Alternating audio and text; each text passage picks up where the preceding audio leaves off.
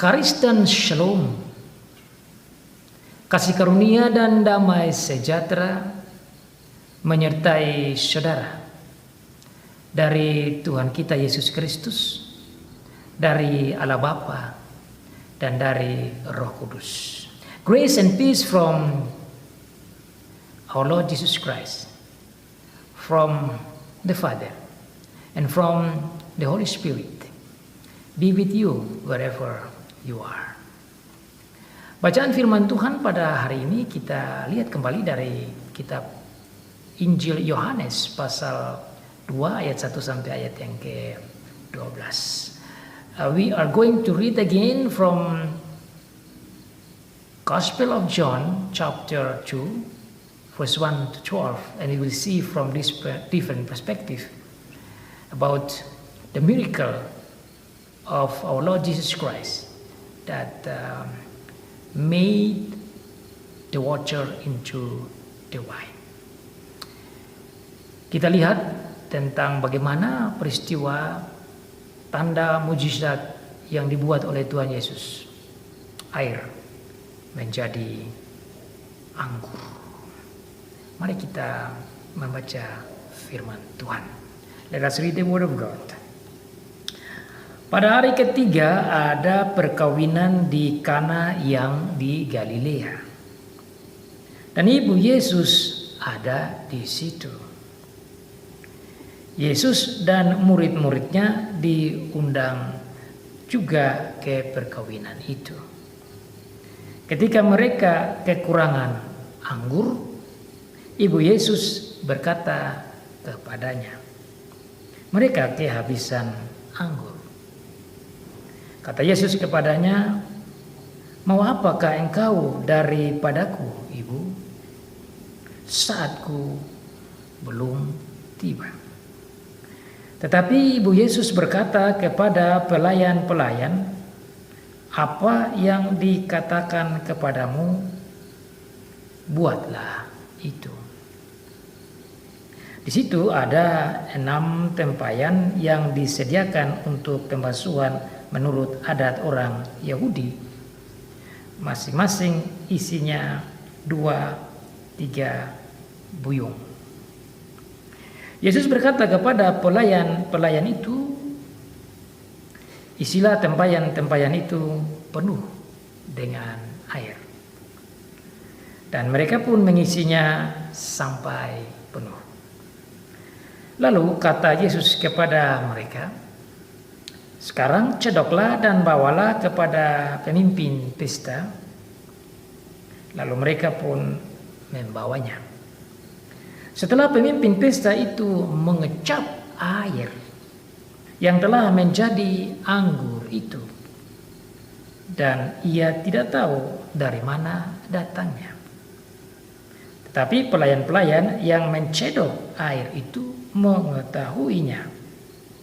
Ia memanggil mempelai laki-laki dan berkata kepadanya, setiap orang menghidangkan anggur yang baik dahulu, dan sesudah orang puas minum, barulah yang kurang baik.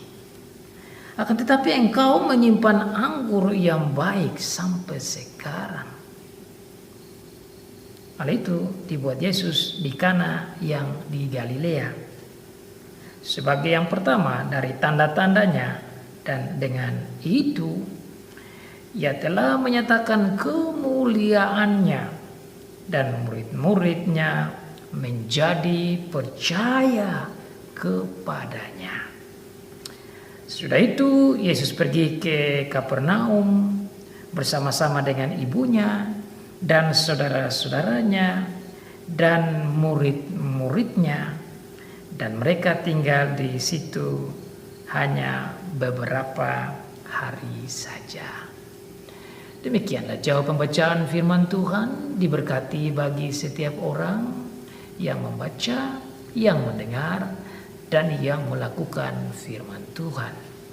So far the reading of the word of God. Blessed is he who reads and those who listen and obey the word of God. mujizat air menjadi anggur.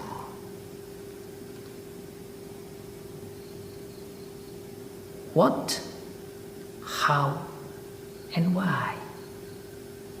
Apa, bagaimana, mengapa air menjadi anggur? Saudara, minggu lalu kita mendalami ayat-ayat yang sama ini dan melihat sejarahnya, bagaimana peristiwa air menjadi anggur di pesta perkawinan di Kana. Dan kita belajar tentang apa yang dimaksud dengan hari ketiga, siapa-siapa yang diundang, bagaimana mereka kekurangan anggur, bahkan dikatakan kehabisan anggur. Bagaimana reaksi Maria sebagai ibu dari Tuhan Yesus yang bertanggung jawab juga atas pesta itu dan mengapproach Tuhan Yesus yang dia percaya sebagai the Son of God, anak Allah yang punya power untuk memberikan jalan keluar bagi masalah yang mereka hadapi pada saat itu. Kita juga belajar tentang bagaimana perjalanan mereka, bagaimana keadaan mereka, bagaimana Tuhan Yesus bereaksi kepada mamanya dengan penuh hormat, dan bagaimana Tuhan Yesus menghormati ibunya tetapi mengingat dan menunggu keputusan Bapa Surgawi. Tuhan Yesus meskipun sebagai Allah, tapi dia sebagai manusia yang sejati, dia menunggu sampai Bapa memerintah untuk melaksanakan mujizat, baru dia jalankan. Saudara, kita bersama-sama telah mengetahui cerita ini sejak di sekolah minggu, di pemuda, bahkan banyak orang juga telah berkhotbah tentang peristiwa tanda mujizat yang luar biasa ini. Dan oleh karena itu bukan hal yang baru tatkala kita membaca, merenungkan, dan mendengar peristiwa air menjadi anggur. Namun pada minggu ini saya ingin melihat peristiwa yang extraordinary atau luar biasa ini dari sudut pandangan yang berbeda. Dan itu saya lihat dengan kacamata pertanyaan tadi, apa, bagaimana, dan mengapa. Pertanyaan apa atau what itu hanya mau menolong kita untuk mengetahui apa yang terjadi. Dan pertanyaan apa yang terjadi itu sudah terjawab di dalam khotbah minggu lalu. Dan tadi juga saya ringkaskan bagaimana histori, sejarah peristiwa Tuhan Yesus merubah air menjadi anggur dengan peristiwa sejarahnya. Saya ingin menggali lebih dalam dengan pertanyaan bagaimana, kemudian kita melihat dengan lebih dalam pertanyaan why, how to why. Dan why itu merupakan hal yang sangat penting nanti di dalam penjelasan khotbah pada hari ini untuk kita melihat tujuan utama Tuhan Yesus membuat mujizat air menjadi anggur. So the theme for the sermon today is about the miracle of water became wine. We have 3 points. Number 1, what? Number 2, how? And number 3, why? Number 1, what is talking about the history that happened from the third day when Jesus called his first disciple, and then what happened during this marriage or wedding day in Cana. Saat pesta berjalan, mereka bersukacita dengan menikmati makanan, minuman, persaudaraan, percakapan yang luar biasa. Dan dalam tradisi mereka, pesta itu bisa berjalan sekitar 7 hari. Berarti pesta itu membutuhkan makanan yang banyak, minuman yang banyak, termasuk minuman anggur yang sudah kita juga pelajari minggu yang lalu. Dalam kitab Ulangan pasal 7 ayat 13 dan kitab Ulangan pasal 11 ayat 14 dikatakan kalau pesta tanpa anggur itu seperti kutukan. Itu bisa kita banding dalam Ulangan pasal 28 ayat 39 dan ayat 51. Karena anggur menunjukkan adanya sukacita dan berkat. Seperti yang saya sampaikan minggu lalu juga bahwa anggur yang dibuat dalam acara pesta itu bukan anggur yang berisikan alkohol yang memabukkan, tetapi anggur ini seperti jus yang nikmat, yang enak dan yang sehat. Karena itu menandakan kesukacitaan, kebahagiaan bersama sebagai keluarga. Dan oleh karena itu tatkala mereka sedang menikmati pesta pernikahan, pesta kawin itu, mereka menikmati dengan anggur sebagai ciri khas sukacita dalam pesta itu.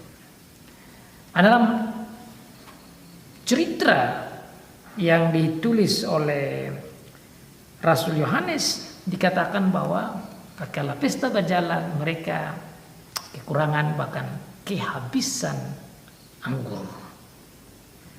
Dan ibu dari Tuhan Yesus yaitu Maria mengapproach Tuhan Yesus dan berkata bahwa mereka kekurangan anggur. Dengan kata lain, Maria mau meminta Tuhan Yesus agar supaya Tuhan Yesus mengambil langkah surgawi untuk menunjukkan powernya sebagai anak Allah untuk menolong keluarga besar mereka.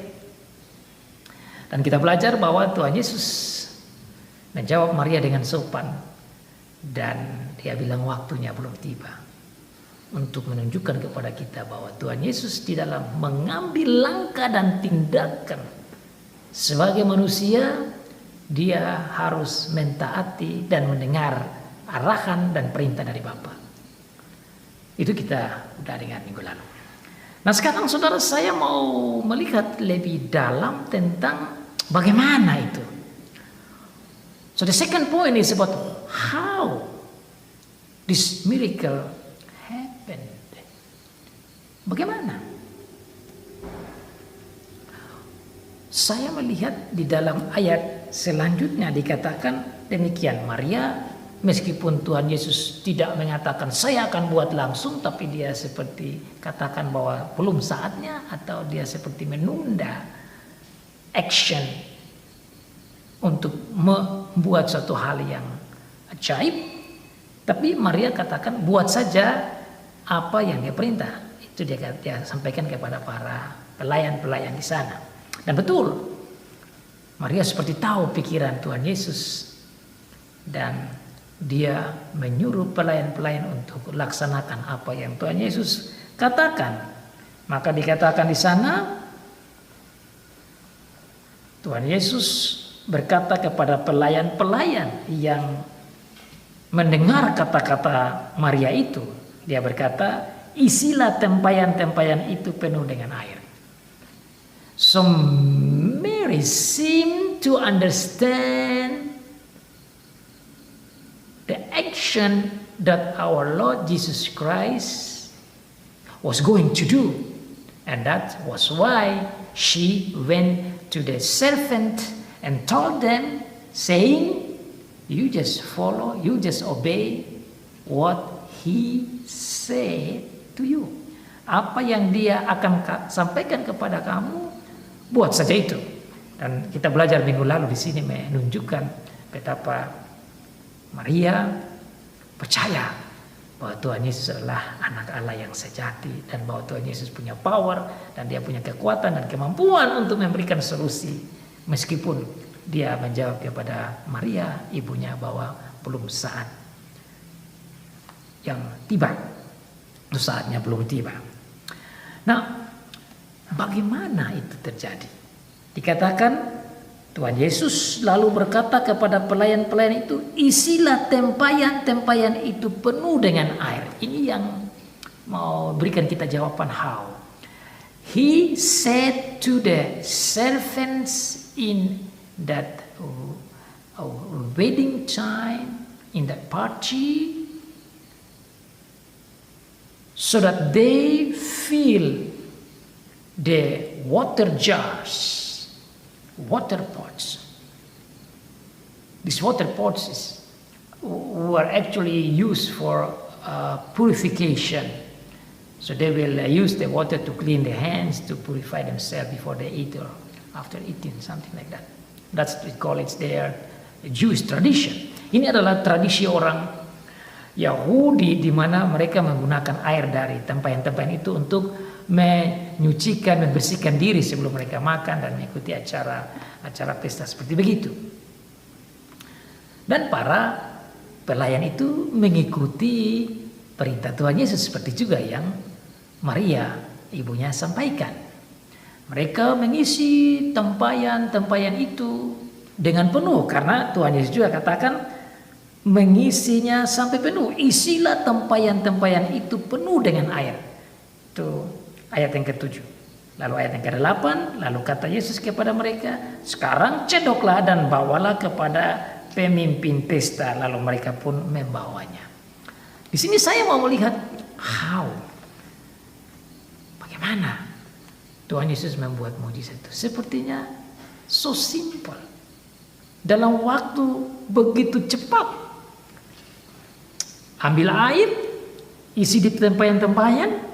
Setelah isi penuh, selesai diisi, ambil saja dan bawa. Jadi saya melihat bahwa peristiwa mujizat ini terjadi just in a second. Mujizat air menjadi anggur ini dibuat oleh Tuhan Yesus di dalam waktu 1 detik. Waktu yang sama, tempayan-tempayan diisi, air-air itu yang ada dalam tempayan yang sama itu berubah menjadi anggur. Wow. Manusia siapa yang bisa buat hal seperti demikian dalam waktu sekejap? Tidak ada satu orang pun yang bisa buat begitu. Di sini saudara menekankan that he is the true God, real God. Hanya Tuhan saja yang bisa buat begini, saudara. Tatkala saya merenungkan peristiwa ini, saya berpikir ini memang keajaiban. When I was thinking about this event, this miracle, I found that this is very, very extraordinary. No one in this earth will be able to do a miracle like this. So this emphasizes that our Lord Jesus Christ is the true, right God.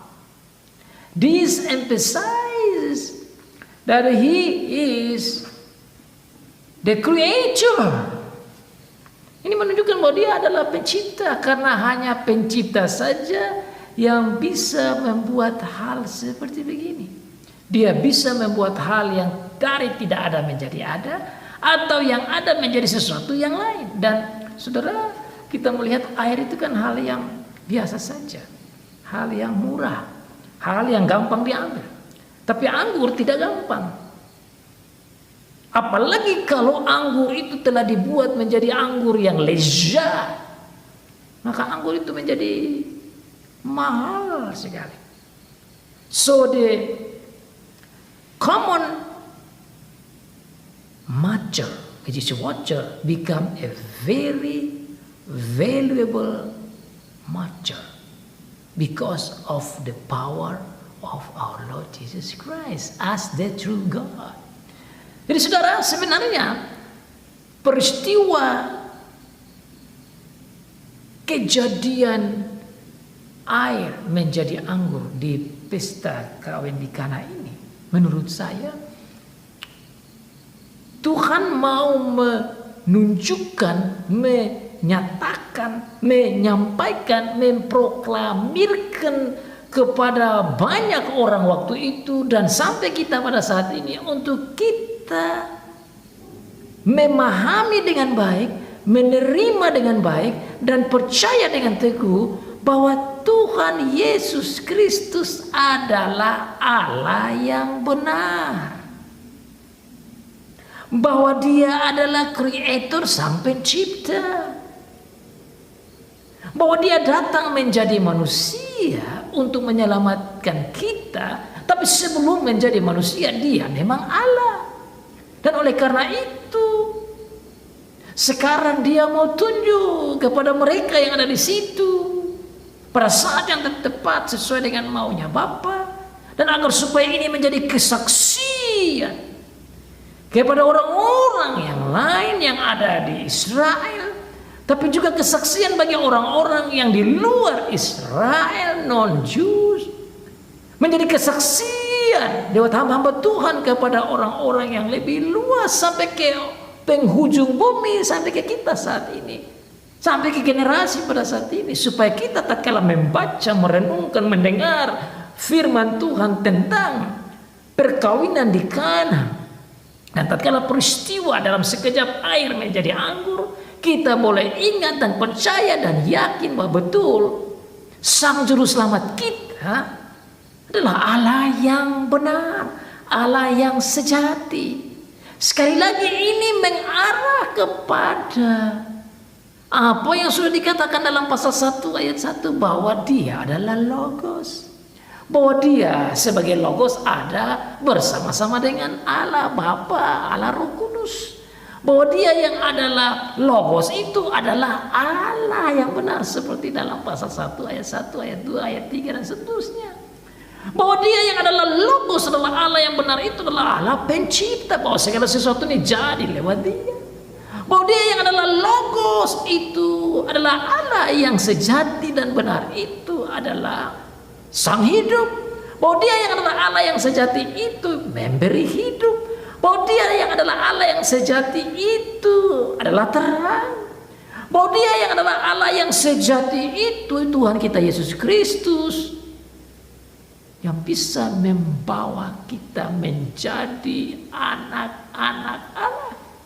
Bahwa dia yang adalah Logos, yang adalah anak Allah itu datang menjadi manusia seperti Yohanes 1 ayat 14. Sehingga dia lahir di kandang yang hina lewat Maria. Bahwa dia kandung lewat Roh Kudus, lewat kandungan Maria untuk menjadi manusia, supaya lewat dia kita mendapat grace upon grace, mercy upon mercy. Agar supaya kita menerima kasih karunia demi kasih karunia, berkat demi berkat, cinta kasih demi cinta kasih Tuhan Allah bagi kita. Jadi saudara, peristiwa mujizat yang Tuhan Yesus buat di Kana ini, pesta perkawinan di Kana ini, menunjukkan bahwa apa yang dikatakan dalam pasal 1 bahwa dia adalah Allah yang benar, bahwa Tuhan Yesus adalah Allah yang benar, digarisbawahi di pasal yang kedua di sini. Itulah tujuan tatkala Tuhan Yesus membuat mujizat air menjadi anggur yang lezat. Oh, bukan saja itu saudara, dengan peristiwa mujizat ini kita belajar tentang the power of God. We learn about His power. We learn about His glory. We learn about His deep love. We learn about His care for the people. We learn about His obedience to His Father. We learn about His mighty work. We learn that He is the true, amazing, awesome, almighty God that we must believe and we must share to many other people, specifically our family, our friends, and whoever we know. Supaya dengan peristiwa air menjadi anggur, kita boleh percaya dengan teguh bahwa Dia adalah Allah yang punya kuasa. Dia punya kemampuan. Dia punya power. Kita belajar tentang cinta kasih-Nya kepada orang pada saat itu yang kekurangan anggur. Kita juga belajar tentang bagaimana Dia ingin memberikan jalan keluar kepada keluarga yang pada saat itu menghadapi masalah kekurangan atau bahkan kehabisan anggur. Kita belajar bagaimana Dia mendengar arahan dari Bapa di surga. Itu saudara yang saya renungkan peristiwa mujizat air menjadi anggur yang luar biasa ini. Tapi sekarang saya ingin bertanya lagi lebih lain. Kenapa air dan kenapa jadi anggur? Tatkala kita melihat ini baik-baik saudara, ternyata peristiwa air menjadi anggur dicatat di sini ada makna yang lain, ada arti yang lain di balik peristiwa air menjadi anggur. Mengapa demikian saudara? Karena tatkala kita belajar lebih dalam, justru air itu selalu digunakan di dalam Alkitab sebagai hal yang sangat penting dihubungkan dengan keselamatan kita. Air melambangkan penyucian dan pengudusan lewat tentu baptisan. Air, tatkala kita baca di dalam kitab Keluaran, bahkan kita sampai kepada kitab maksud saya Kejadian sampai dengan kitab Wahyu, itu bicara tentang kehidupan. Tatkala Tuhan menciptakan langit dan bumi dan Taman Eden ada di sana untuk manusia, untuk menikmati kehidupan Firdaus atau surga bagi mereka pada waktu itu, di situ dibicarakan tentang air yang mengalir sebagai tanda kehidupan. Tapi air yang sama juga itu merupakan bahasa simbolis yang juga digunakan di kitab Wahyu, bahwa tatkala di Firdaus, khususnya Wahyu pasal 22 berbicara bahwa di situ ada air kehidupan. Nah, kalau saudara kita bicara tentang air di Kejadian dan air di kitab Wahyu pasal 22, kita boleh ingat bahwa Tuhan Yesus juga katakan bahwa I am the living water. Saya pikir ini hal yang sangat menarik.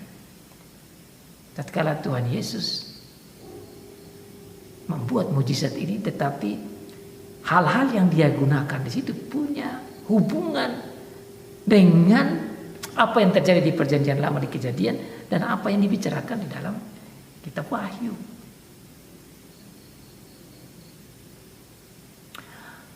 Kehidupan di Kejadian itu butuh air, tetapi kemudian oleh karena dosa, manusia jatuh dalam dosa, dan pada akhirnya manusia tidak punya harapan dan ada kematian.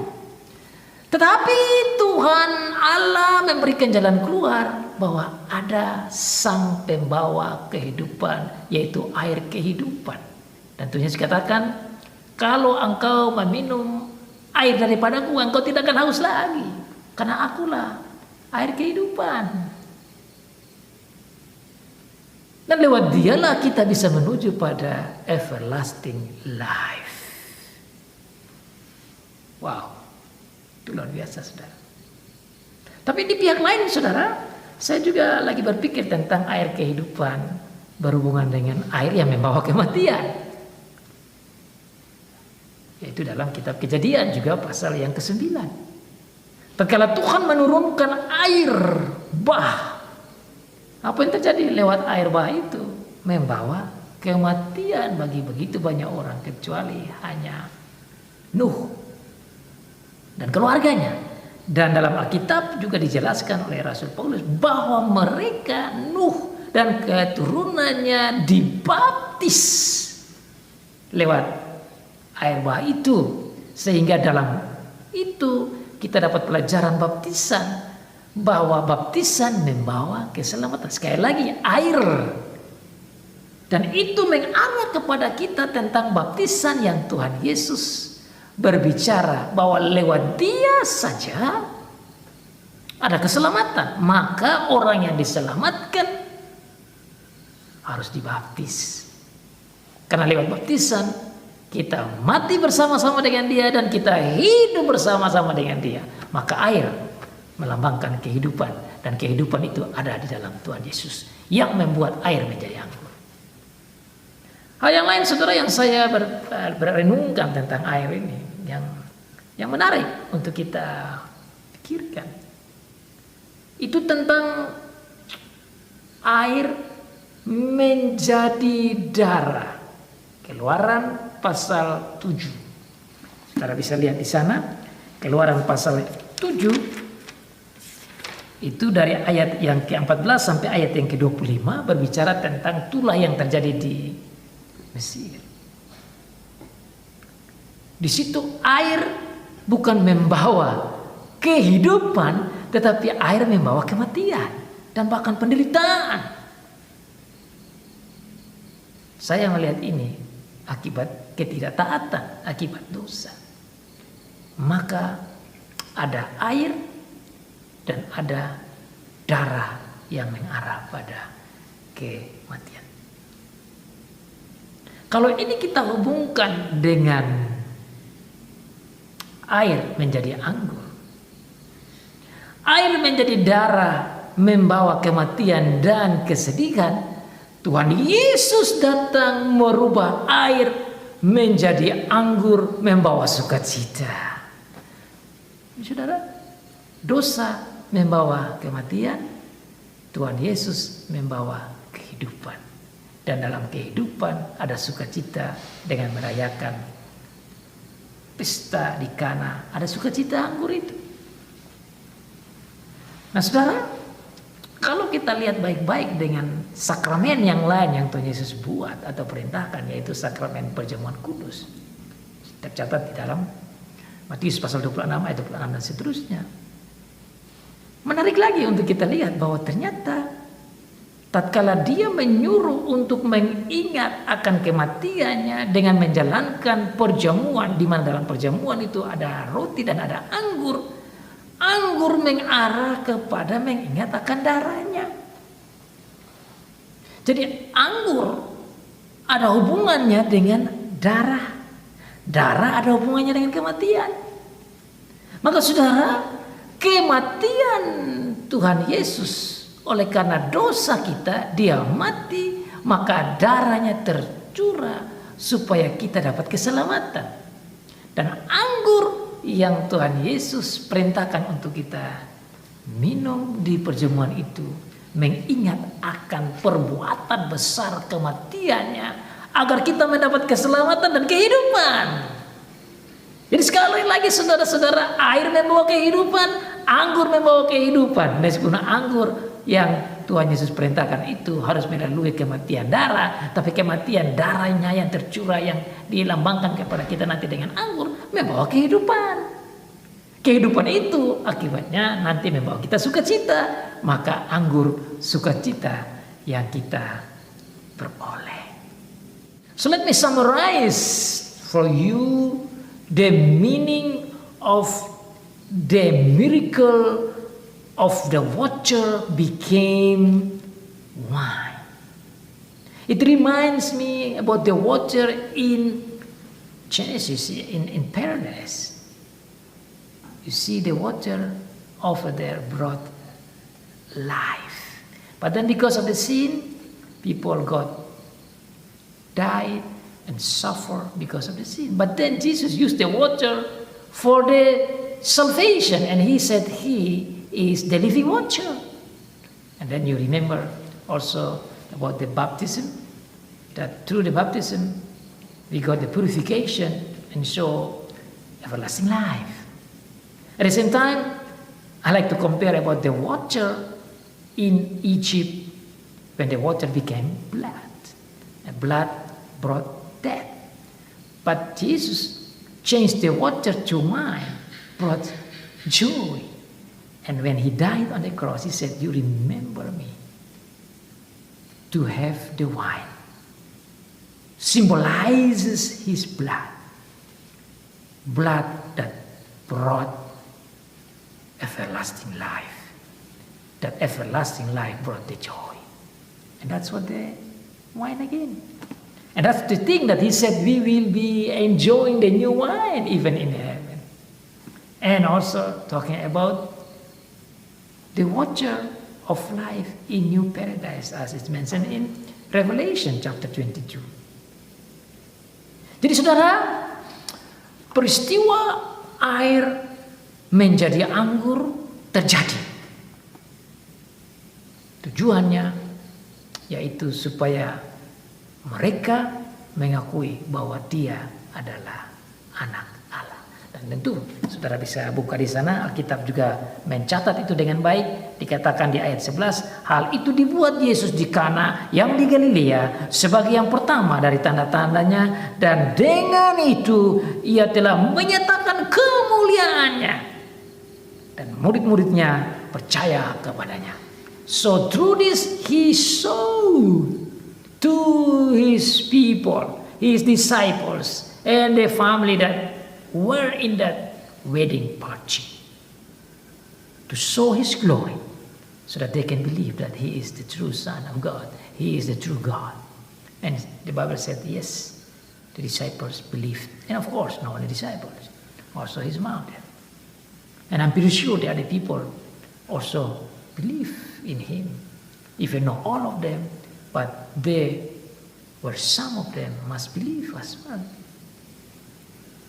And that's the point, so that people believe. And that's also for us. Ini penting sekali saudara, bagi saudara dan saya, untuk melihat dan percaya seperti murid-murid itu percaya bahwa dialah Mesias yang dijanjikan, anak Allah yang maha tinggi, yaitu Allah yang benar, Allah yang powerful, Allah yang bisa merubah air menjadi anggur.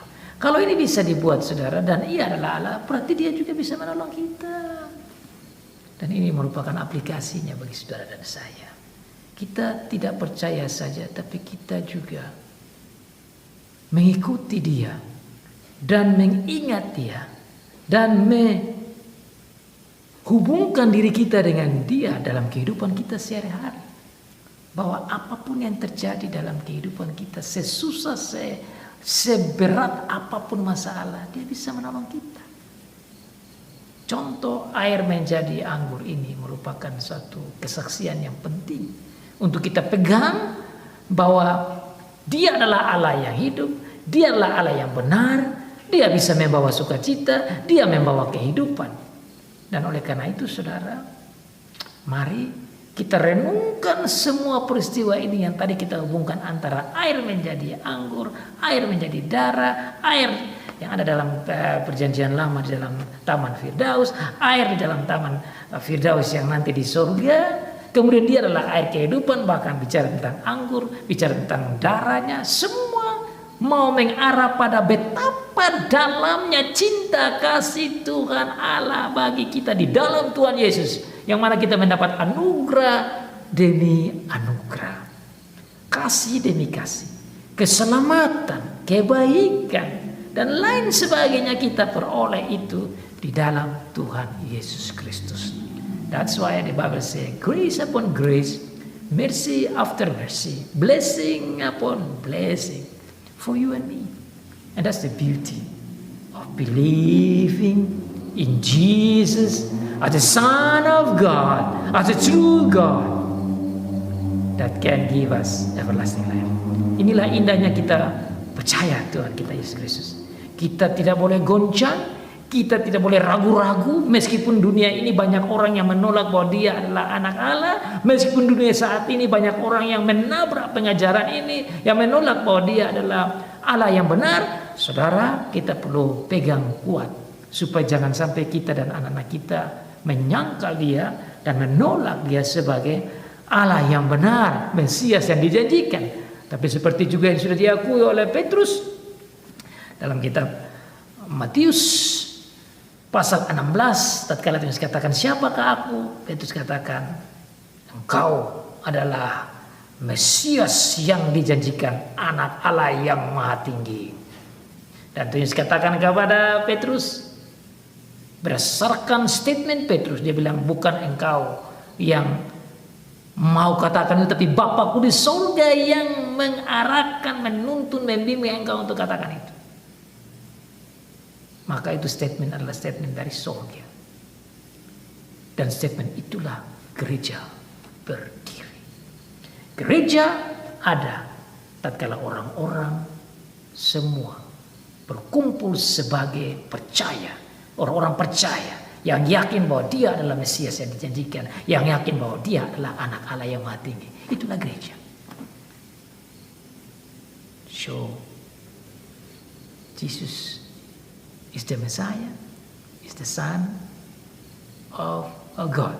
That is the foundation of the church. When church come together, it become a church. When people, member of the church, acknowledge that Jesus is the Messiah, the Son of God, then that's a church. But if the church come, but they don't talk about Jesus or deny that He is not the Son of God, then that's not the church. Saudara, kita bersuka cita bahwa Tuhan memberikan kepada kita pengetahuan ini.